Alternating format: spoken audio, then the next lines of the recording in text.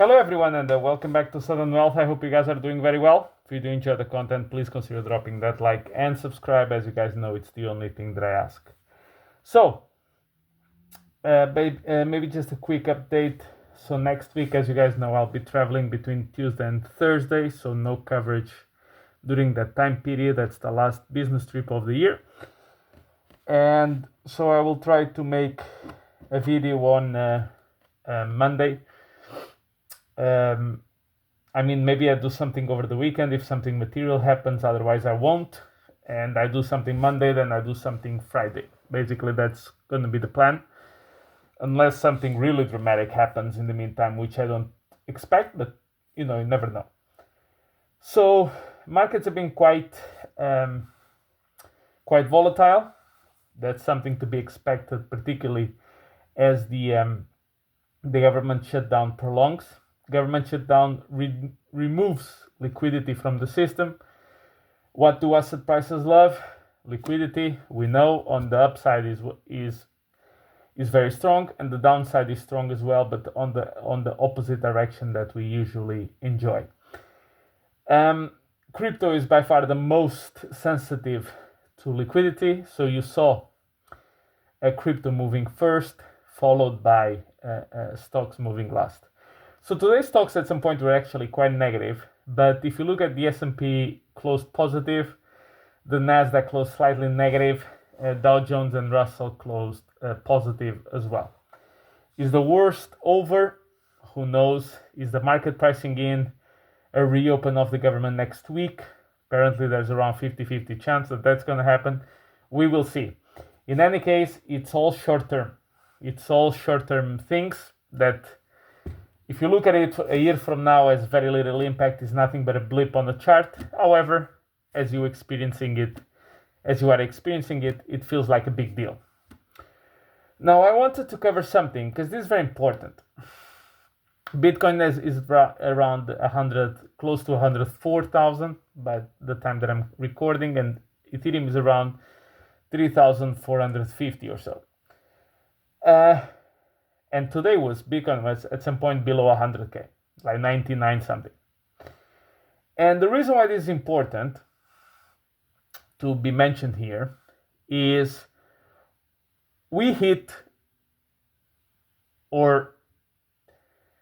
so between 0 and 20 is extreme fear. Above 20 is just fear. We actually hit at some point 20. 20 is extremely close to extreme fear. It's really in the border between extreme fear and fear. Now, the last time we were in similar levels was in April of this year, when Bitcoin was 72,000. And this is very important to take note, because basically we are experiencing the same level of disappointment, fear, bad taste in our mouths, since that we've experienced when Bitcoin was much, much lower than what it is today. And I come here actually quite relaxed, and I've came here in a few videos also quite relaxed, and there were some people saying, hey, you look quite relaxed, aren't you like a little bit afraid, or you always sound so are you already out of the market? What is it? And I'm going to repeat this because I think it's important for people to understand, okay? The reason why I behave differently from other YouTubers and influencers and KOLs, etc., is because I actually practice what I preach. So in my view, my conviction is completely unchanged. Nothing has changed. Once again, I am more concerned about conditions rather than time. So I would be concerned if prices were like this and liquidity was exploding and the business cycle was instead of the 48.7 that we just seen, was in the 58, 59. Then I would be concerned, because that means, and let's say that we were all very euphoric and that every time we have a sell-off, nobody cares. So this kind of feeling, if this kind of feeling was around, then yes, my answer would change to, yeah, I'm concerned. This feels like a top to me, or we are very close, or the top is probably already in. We have experienced none of it. And I said this last week, and I'll say it again because I believe it's important. The only people who are concerned about Bitcoin when they look at the chart are people that say we're going to have the 4-year cycle. And when you ask them, okay, why 4-year cycle? And they said, oh, it's just what it is. Everybody knows it's a 4-year cycle. See, very dangerous words. And so that's it. We're going to have a 4-year cycle. And then you press them, yeah, but why 4 years? No, why not 3? And they can't give you an answer. And the answer always, with a lot of words, always revolves around, it's 4 years. So it has to be 4 years. The conditions don't matter. What matters is 4 years. You go to your calendar, you mark day X, you mark day Y, and that's it. That's all she wrote. And whatever the conditions say, doesn't matter if it's completely different than what it used to be, it doesn't matter. It's 4 years, it's 4 years. So you only get very nervous, and I would get very nervous if I was completely enamored, addicted, had made a tattoo about 4-year cycles. Then I would be very concerned. So this is why you hear YouTubers saying, we are running out of time. Time is running out. Hurry up, because if we don't get here by day X, then we're going to have a bear market. And then that's all she wrote, right? Now, my experience is that bear markets don't start at extreme fear. That's just my experience. Maybe we're going to enter the first bear market that starts at extreme fear. Possible. And this is something that you always have to keep in mind. And I've been one of the few YouTubers that you're ever going to hear saying this. Crypto can go to zero. Any of them. Even Bitcoin. And that's a risk you have to live with. And that's the risk that I live with. And if you don't like it, there's a lot of other stuff that you can do with your money. You don't have to be here.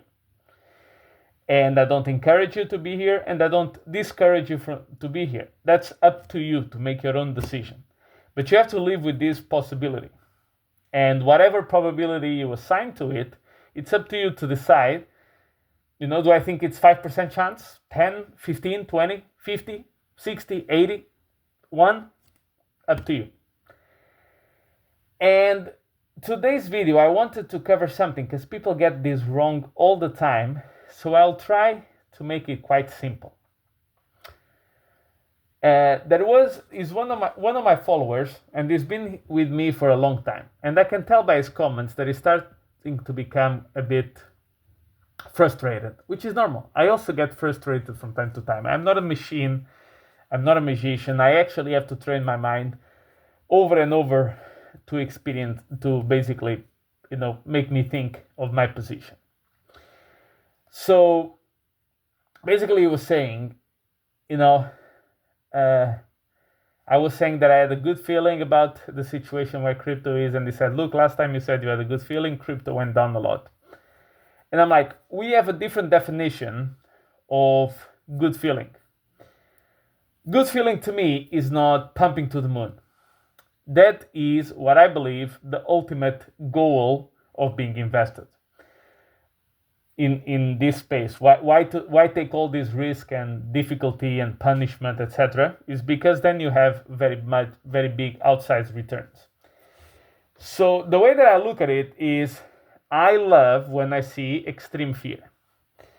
I love when I see panic on Twitter.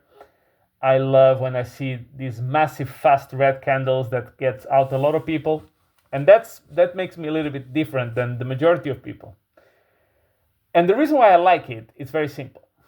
I want nothing but cultish crypto people left in the space. What do I mean by that?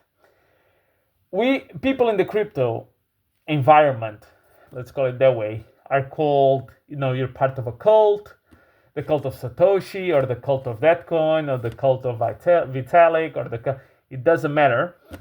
There's always someone insulting you, and people get very defensive when they get called that.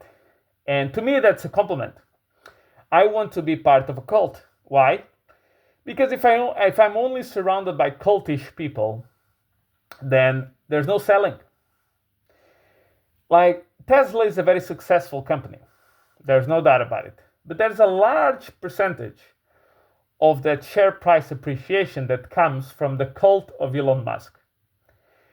And when you look at gold, for example, the gold bugs, in this, the funny part, they call Bitcoin a cult without understanding that they're on a cult of themselves. What do they call gold? God's money. It's the second coming of Jesus. It's the best thing ever. That's all they talk about. And they throw these, it's like, gold has value. Bitcoin just has a price. So I don't care if you think it only has a price. If I can buy something for 100 and sell it for 10,000, I really don't care if you think it has no value. See what I mean? Value is subjective. The price is objective. If I buy at the price and I sell it much higher, I'm okay. The rest is stories, right? So they all behave this way, and people get very negative about this. Now, every time we onboard new people, we onboard new cult members, but the vast majority of people, are here for the ride. The vast majority of people are here purely, they actually don't really believe in the future of it, or they don't really care. They just want to make a lot of money in a short time period, and crypto is the best or the fastest way to do it. So they really don't care about it. Okay?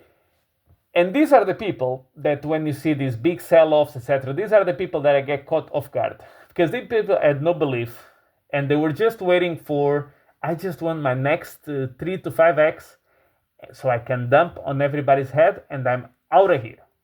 That's what they want. And the market has taken that from them, which to me is good in the long run. Maybe you disagree. Maybe it's terrible. Look, most people that buy crypto, this is what they want. They want to buy a project that's going to do 100x. But they don't just want to buy a project that's going to do 100x. They want to buy it right now, and from that moment on, only thing that I see is green. So basically, I buy and my portfolio is never red.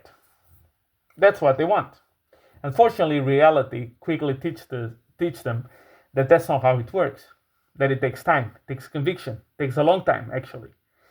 And that part is hard. And that's where they struggle with. So to me, it's quite simple. This is very important about YouTubers in particular. They proclaim to have all this conviction. They proclaim to have all this belief. Yet when things start to turn ugly in extreme fear, all of a sudden they change their tune. So one thing is to proclaim that you have belief. The other thing is to live it. I actually live it. And let me say this, because once again, I say things that most people won't say it on YouTube.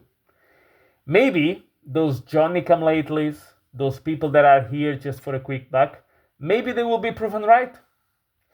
Maybe crypto will go to zero, and they were the ones that made money, got out, and now they go to some place else, and we, the stupid people, held it on until it went to zero.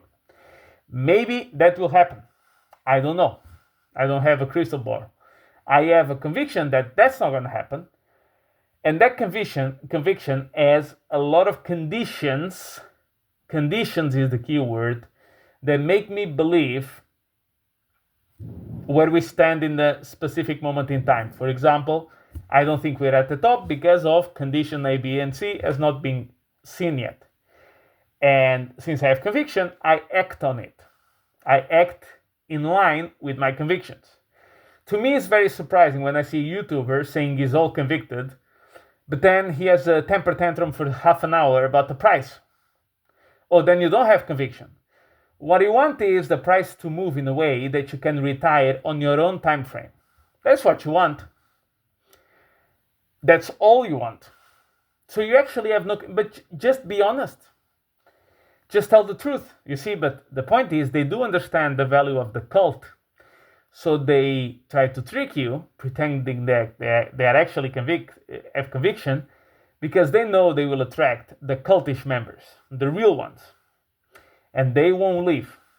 So that's why they say one thing and then they act completely opposite, particularly if the price goes down. And that's why, answering your question, that you don't see me in the same levels of panic with the same outrageous comments. That's because I actually have conviction and I act on it. Can I be wrong? Of course. That's a possibility. I may be wrong. Maybe all of this goes to zero and I lose a lot of money. Possible. Live with it. That's what I do. I live with that risk. Do I encourage or discourage any of you to do anything? No. But one thing you have to say, one thing I think is quite clear. I have conviction. I've shared the reasons why I have conviction, and I act exactly in line with what I say. And that's the difference in my view from me and all these other guys. If the price pumps to 120K, the same people that are super bearish and making all these claims, they will come back and say, and basically say the opposite of what they've been saying for weeks on end. Like the complete opposite, no shame in their face, a lot of nerve, they will just say it, and they don't give two craps about it. I'm sorry, but I don't behave like that. And with that, thank you very much for your support, guys. Don't forget, enjoy your weekend, drop that like and subscribe, and I'll catch you in the next one.